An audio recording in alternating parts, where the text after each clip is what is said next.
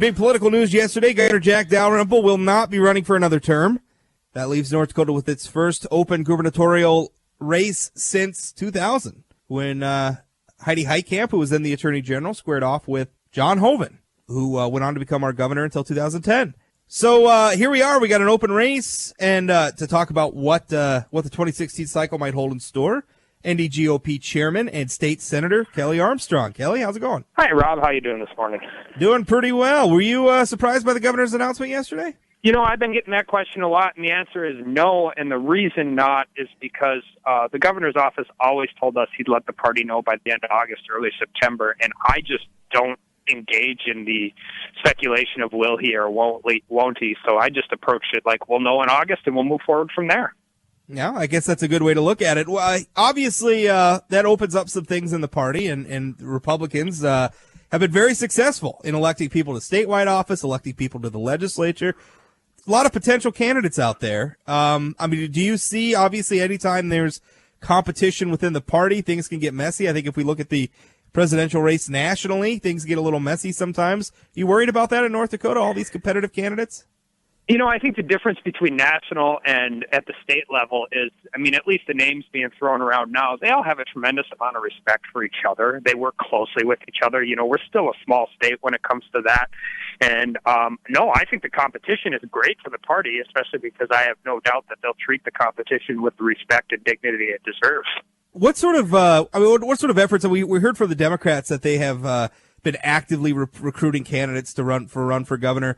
On the Republican side, is that something you folks have been doing, recruiting candidates, looking for candidates to run for some of these offices?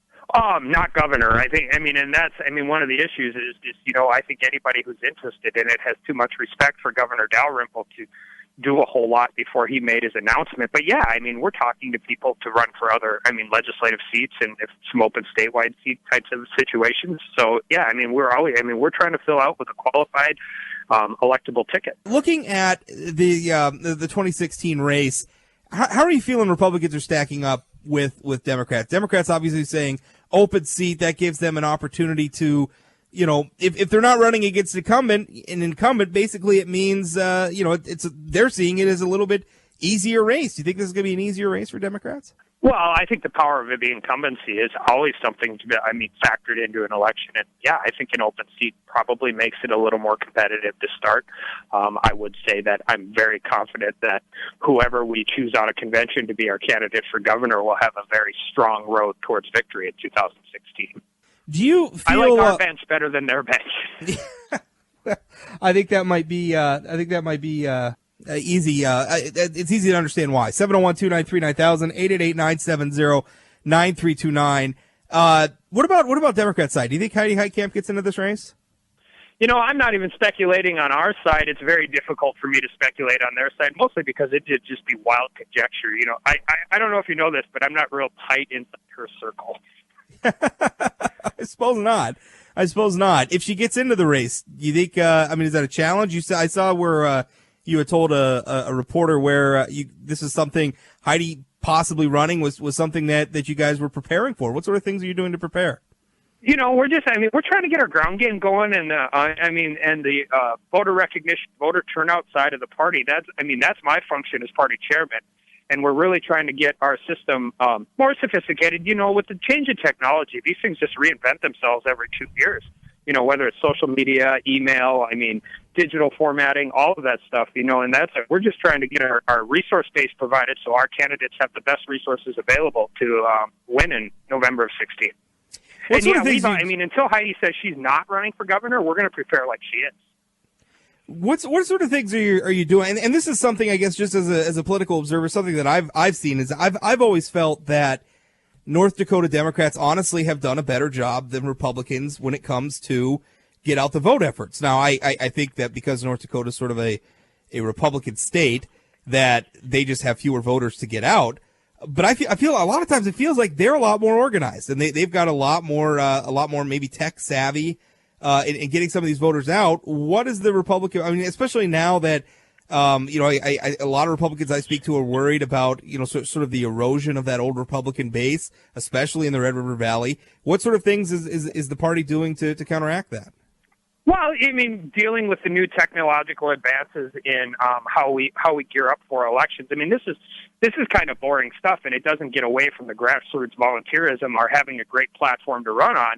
But our candidates will have their platform, and they'll have their grassroots volunteers. Our job is to make the grassroots volunteers' job easier by providing them with the data and the mechanisms for reaching the voters they're trying to reach. And that's all. I mean, it's all technology based. I mean, 20 years ago, home phone numbers were the key to elections. Well, now, I mean, I don't have a home phone number. Do you?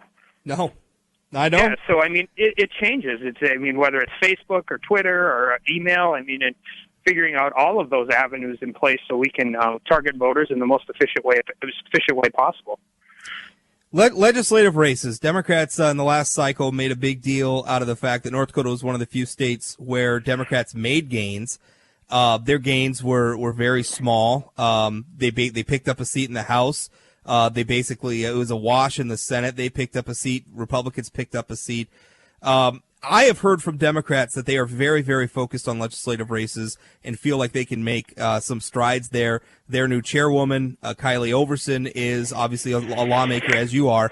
Are you worried about that? Are you prepared for that? Do you feel like the legislative races are a place where Republicans could be vulnerable? Well, I feel like after the last election, they're trying to change the narrative before it happens. If I was them, I would concentrate on legislative races as well, just because I think filling a bench or filling out a slate of statewide candidates gets to be difficult for them because they're in the super minority in both chambers. But yeah, the nice thing about legislative races is if you have a good ground game for the legislative race, you have a good ground game for every statewide race in that district as well. So yeah, we've heard the same talk you've heard, and we're concentrating hard to make sure our ballots are filled with qualified candidates and to get out there and hit the ground running. Do you 701-293-9000, 888-970-9329? Sometimes, we talk about all this in advance of every election cycle, who's going to run, who's not going to run, is it going to be competitive? And then it seems like at the end of every cycle, we end up with, Republicans pretty much sweep the statewide races, very little change in the legislative races. This is just a solidly Republican state. Do you ever worry that it could get to a point where Republicans just start taking things for granted? Yeah, complacency is always something you're trying to deal with, especially at the state party level.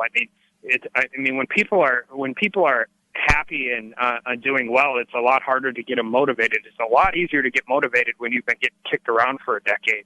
And yeah, so that's something we're always cognizant of, and we're trying to make sure people understand that the Republican policies are part of the reason the state has done such a good job, and make sure that people show their support and get out to the polls. 701-293-9000 if you want to join the program, 888-970-9329, talking with NDGOP Chairman Kelly Armstrong for another couple minutes here if you want to have any questions or comments. Challenges for the state going forward. My perception is, and I'm not going to speculate about why Governor Dalrymple made his decision. I suspect a big part of it was he spent over 30 years in state government and just decided he accomplished everything he wanted to accomplish, and I don't think anybody could blame him if that was the reason. But I also think that North Dakota is going to be a different place to govern in the coming years than it has maybe over the last even decade. A lot of that, I think, is due to some changes in the oil markets. I think nobody really knows where that's going to go. I think ag years looking forward might be a little tougher than they've been. It seems to me that North Dakota is going to require a little bit more work to govern than it has in years past. Is that a change? I would even go so far as to say that our state may be in sort of a transitory situation. We're coming out of an oil boom. We're kind of trying to figure out what the new normal is going to be.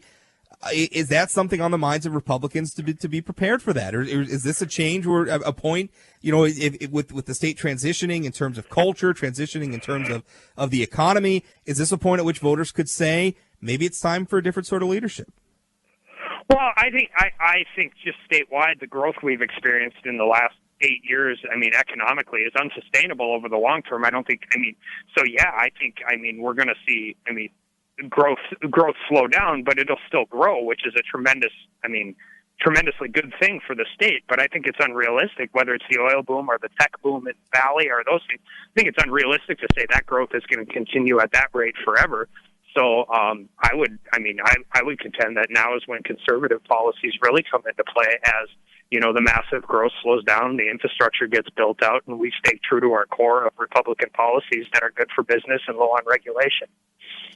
Doug, last question. Doug Burgum, obviously well known in Fargo circles, well known across the state, was asked yesterday about potentially running for governor. He said he wouldn't necessarily rule out an independent run for governor. Is that something? Obviously, Burgum, long history of contributing mostly to Republicans. I think he also donated some money to Senator Kent Conrad once upon a time. But if he were to run as an independent, is that something that could be a spoiler for Republicans? Is that something the party's thinking of? The governor announced he wasn't running yesterday, and it's just like I wasn't surprised with his answer because I didn't put myself in a position to be surprised. We'll deal with that kind of stuff as it comes up. But Doug has been a longtime supporter of both the current governor, Senator Hope, and Rick Berg, and he's been a good contributor to the party at this point in time. And until something changes, I would love to see Doug Burgum get into the governor's race on the Republican ticket. The more competition, the better for us. All right. Well, Kelly, thanks for your time. Certainly appreciate it. Looking forward to talking with you more as we get into the 2016 election cycle.